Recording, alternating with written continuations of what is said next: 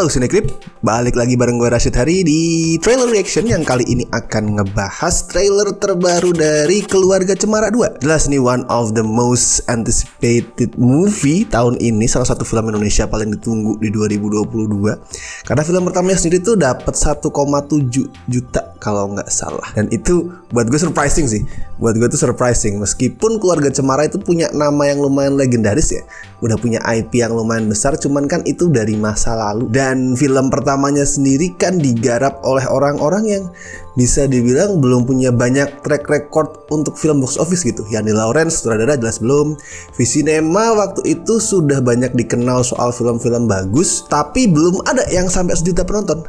Baru Keluarga Cemara ini awalnya. Dan pemainnya juga Ringo, Zara itu kan, Zara belum segede sekarang ya. Itu sebelum Dua Garis Biru, dia masih hitungannya baru banget. Jadi lumayan mengejutkan sih waktu itu. Kejutan yang oke, kejutan yang menyenangkan pada saat filmnya yang bagus bisa dapat 1,7 juta penonton. Sequelnya ini masih sama sih cast-nya, cuma yang ganti adalah sutradara sama writernya. Writernya diganti jadi Irfan Ramli, itu adalah ya orangnya Visinema lah ya. Writernya Visinema, sutradaranya yang menarik Ismail Basbet. Sejujurnya ya, itu adalah salah satu sutradara favorit gue sih, sutradara lokal favorit gue, karena mungkin gak semua karyanya gue suka ya, kayak Arini gue gak terlalu suka. Tapi dia itu satu dari beberapa, segelintir lah buat gue, segelintir sutradara yang memulai dari art house, tapi terus kemudian mau untuk merambah ke mainstream. And dia cukup oke di situ. Jadi kayak bisa balancing gitu antara idealisme sama kemudian komersil, dan dia sendiri mengakui itu kan. Dia sendiri ngaku kalau ya memang butuh untuk kedua hal itu. Kayak apa yang bakal kelihatan? Apakah lebih banyak gaya artnya, atau dia bisa mengolah lagi gaya directing dia di film mainstream, who knows. So mungkin trailernya bisa kasih gambaran. So langsung kita tonton. Nah, Abah udah punya pekerjaan lagi. Alhamdulillah. Kita bisa bertahan sampai sekarang aja, mau bersyukur. Kan Abah kerja di sini. Kalau sekarang Ara lebih pulang sendiri ya? Abah mah tenang aja. Ara tetap akan pulang bareng sama teteh kok. Ini teh sebenarnya suka sama Alice. Terus? Boleh minta anterin pulang nggak? Hah? Boleh anterin Alice Muka lu anjir. Ara mulai besok pulang sendiri ya. Oke, oh lebih Saya juga pengen bisa kamar ke arah romance ya. Coming of age. Ara itu masa berlibur dan bagus lagi dari semuanya ya. Ara sebenarnya ngerti kok kalau Teh Ris pengen pisah kamar. Oh, shotnya Sebaiknya emang nggak usah jualan. Basbet.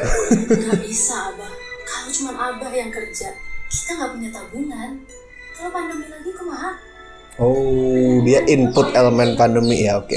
Kalau Abah jadi ikutan Teteh, gak nempatin janji, mau pulang bareng gak? Ayo. Harta yang paling berharga. Berapa kali pun gue denger lagu ini. Kamu tersesat ya? Wah. Kamu tahu nggak ayam-ayam ini dari mana? Bapak. Kalau kamu emang tahu, Kang parkir kenapa kita nggak langsung pergi ke sana aja? sama ayam hubungannya apa? Si kampung Badak ada di situ. Jauh ya? Neon, Ara janji bakal. Neon.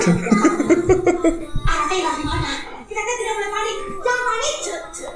Kalau Abah yang penting mah lebih perhatian aja sama Ara. Road movie. Kan bukan tugas emak Oke. aja, itu juga tugas Abah. Relevan banget. Ara banget.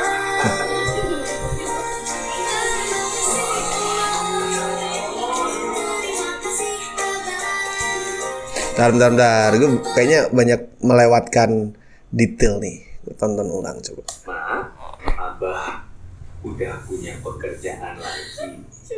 Shot-shotnya sih beberapa khas Basbet ya. I mean komposisi yang agak artsy gitu, tapi nggak terlalu berat. Kalau sekarang Ara lebih pulang sendiri ya? Abah mah tenang aja. Ara tetap akan pulang bareng sama Teteh kok. Ini teh sebenarnya suka sama Alice. Terus? Oke, Ace-nya mulai dewasa, coming of age. Oke. Ara mulai besok pulang sendiri ya. Ais juga pengen bisa kamar ya, Bah.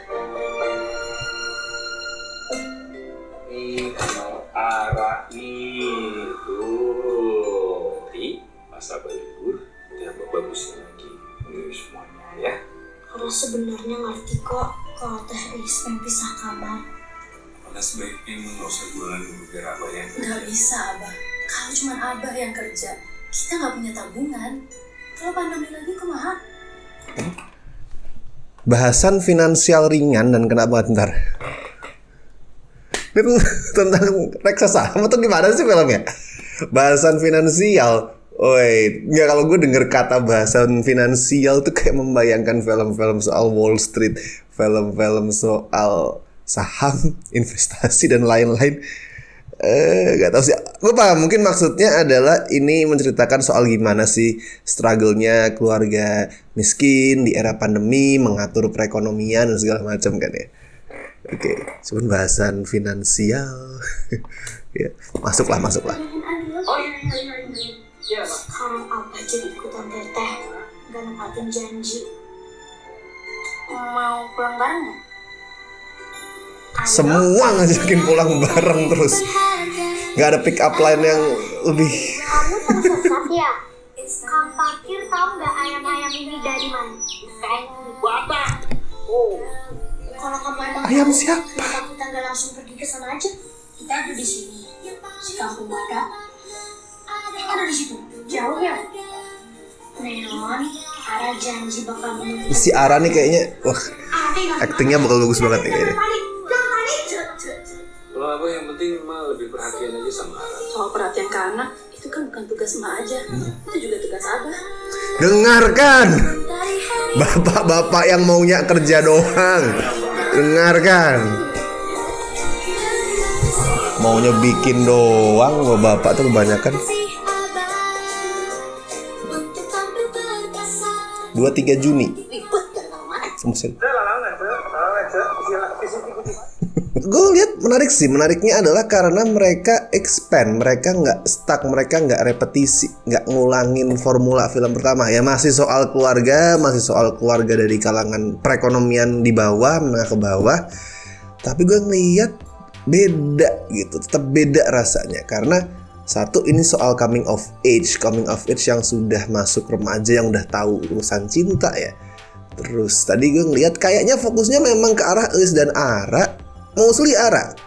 Gue membayangkan kayaknya ntar di filmnya sendiri masuk ke pertengahan durasi mungkin tiba-tiba berubah gitu. Nggak tiba-tiba sih maksudnya.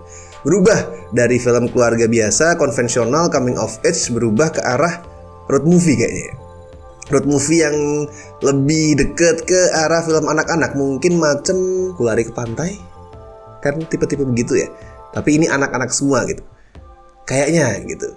Di babak keduanya kayaknya akan jadi road movie, which is interesting, menarik, karena akan lebih dekat ke film anak berarti kan nanti. Shot-shotnya kayak tadi gue bilang, Bas Bad combine antara shot-shot komersil dengan shot-shot ala-ala art house dia ya, yang komposisinya kalau dikombin sama kamera yang bagus tuh jadi enak di mata gitu. Kalau dari penceritaan ya, kalau dari penceritaan kayaknya lumayan lebih kompleks daripada yang akan kita duga sih kayaknya. Kompleks dalam arti kayaknya ada banyak subplot di sini, ya nggak sih? Coming of age-nya, tadi romance tuh, terus soal ayah siapa ya? Ara, soal Ara juga dia coming of age, ada persahabatan Ara sama temennya, terus soal keluarga S General juga ada, tadi ada omongan finansial.